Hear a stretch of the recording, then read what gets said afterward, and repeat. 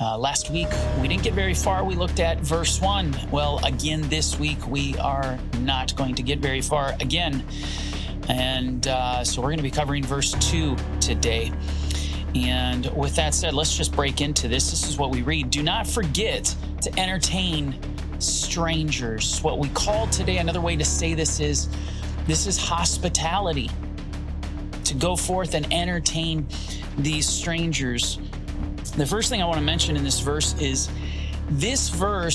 not independent or mutually exclusive from that of verse 1.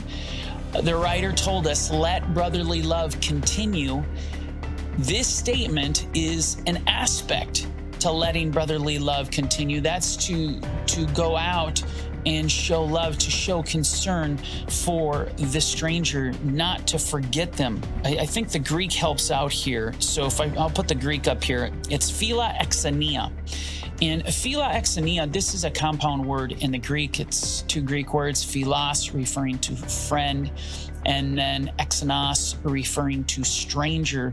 And when you put them together, really what you're saying is to have the same love for a stranger that you have for a friend. You think about how we are with our friends or even with close family members.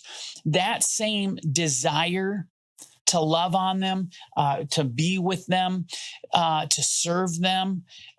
This is to be in our heart in regard to strangers. And the reason being is because as he goes on, he says, for by so doing, some of you have unwittingly entertained angels.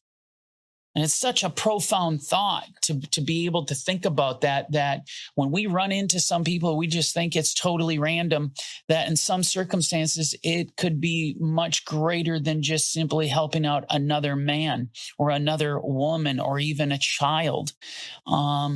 This really puts a little bit of emphasis on this. Looking at this in its historical context. In other words, when the writer would have said this to, and of course the recipients are first century Jews. They're Jewish believers in Yeshua.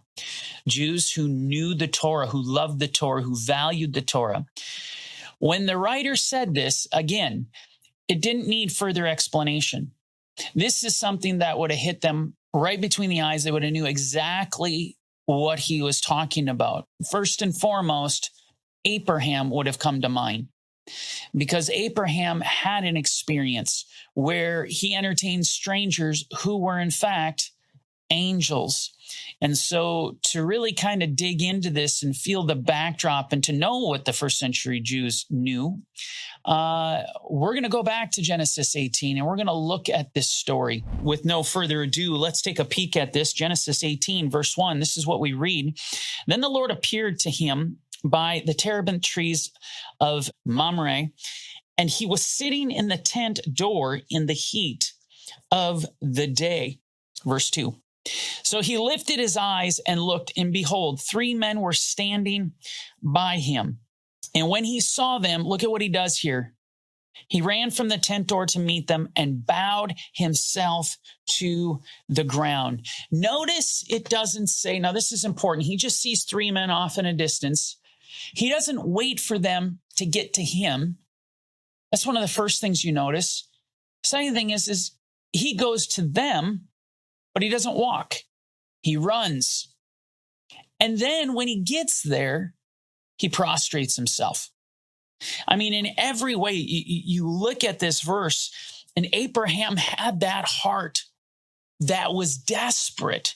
It was desperate to serve. This is what made him tick.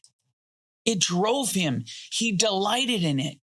I marvel at this man, at how godly this man is, at how much he is so concerned about serving other people. It is an awesome thought. And as we continue, it's going to get more awesome. In verse 3, this is what we read. And said, my Lord, if I have now found favor, you know what's interesting? You look at this in the Hebrew, that word there for favor is in fact chen. In other words, go back, and the first time we see this is used with Noah, where it says, and Noah, chapter 6, I believe it is, Genesis 6, and Noah found grace, chen, in the sight of the Lord. And so we see the same term being used here, this term grace, which it can be translated grace and favor. So he comes and he says, if I have found grace or favor in your sight, do not pass by your servant. You know, it reminds me, notice, and again, just meeting these guys, and he doesn't elevate himself. He actually says, I'm your servant. I will serve you. And I can't help but remember the discussion that Yeshua had as his disciples were bickering about who among them is the greatest. And Yeshua responds, he comes back and he says, he who is greatest among you, let him be his brother's servant. It's not a coincidence that Abraham is wired this way. You want to know why the Messiah Yeshua would come through his lineage? This is how he is wired.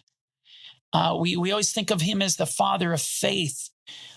Yes, he is, but he's more. When you understand the heart of Abraham, to love another man, to care for him, to be this, to show and display this kind of humility. This is what we're called to be. You know, again, what did Yeshua say? If you were Abraham's children, you would do the works of Abraham. This chapter 13, get to the end of 12, chapter 13, is deceptively heavy. Because, and I say deceptively because these are simple, awesome, godly principles that children can understand, and yet they're the hardest to grasp. They're the hardest to walk out for whatever reason, and yet they're the most powerful. Now, verse 4, please let a little water be brought. Wash your feet and rest yourselves under the tree. So the first thing that Abraham is concerned with after he shows his heart, after he humbles himself, says, I'm your servant, I will serve you. The first thing his concern is how do I serve them? How do I make them comfortable? I want them to feel comfort. I want to assist in making whatever their lives are right now. I want to make them better. I want them to be better off after having seen me. And that's something that, you know, when we're walking with Yeshua, and Yeshua's love is burning in our heart, I'm telling you, after we talk to people, in our interaction with people, they will walk away better people. They will have grown in some way. They will have been encouraged in some way. They will have been challenged more to read the word more, to pray more, to seek Yeshua with all their heart, or to give more, or whatever the case may be. When we're hitting that mark, we will leave an impression on people that they want to become better people than they are when they're rubbing shoulders with us. Hey there, this is Mike at Corner Fringe Ministries. Thanks for watching our video. If you liked the video or it encouraged you, do us a favor. Hit the like button. Don't forget to hit the share. And if you haven't done so already, please hit the subscribe button. Now, if you want to watch the rest of this video, hit the button here. And if you want to watch the rest of this series, you can check it out here. And don't forget, you can download the Corner Fringe Ministries app today on any of your Play stores. Thanks for joining us at Corner Fringe Ministries.